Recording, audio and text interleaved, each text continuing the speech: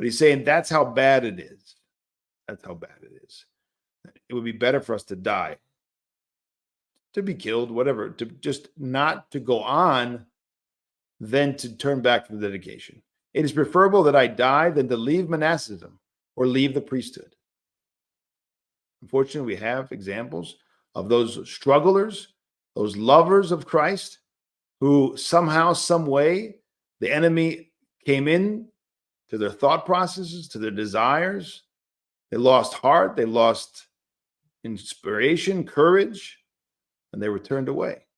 And they left behind the struggle, they left behind the dedication, the monastic tonsure, or the priesthood. We just had 3 last year that were very public, who were priests of the Most High God in the Orthodox Church, apostatized to Protestantism or Catholicism.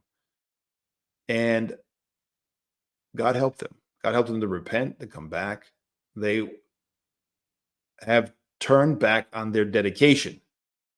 The elder goes on, I am bound by heavy vows. He was, of course, a monastic and a priest. Of course, I could choose to leave. We are free. There's no doubt about that. And you're free to leave. Christ does not force anyone to be a disciple. But it is not in my best interest spiritually. It is a great betrayal. That is why I must endure whatever emerges. Whatever emerges. And who knows what will come? Who knows? Your elder might die. Your wife might die.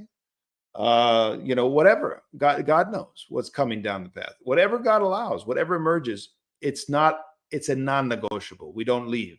It is extremely important to take into account this entire matter from the beginning before you commit.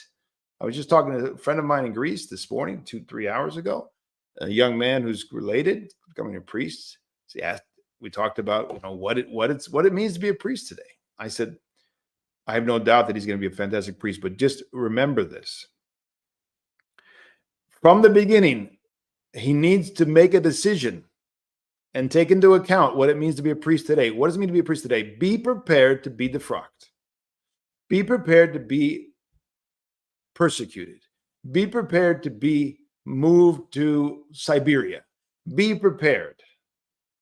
If you are confessing, struggling, teaching, the forces that be, the demons and those who work and listen to them are going not to tolerate you. It's not going to be, there's no toleration today by the worldly and the world, in and without the church. So from the beginning, the elder says, knowing in advance that there is no remission for this commitment, there's no going back. Extremely important.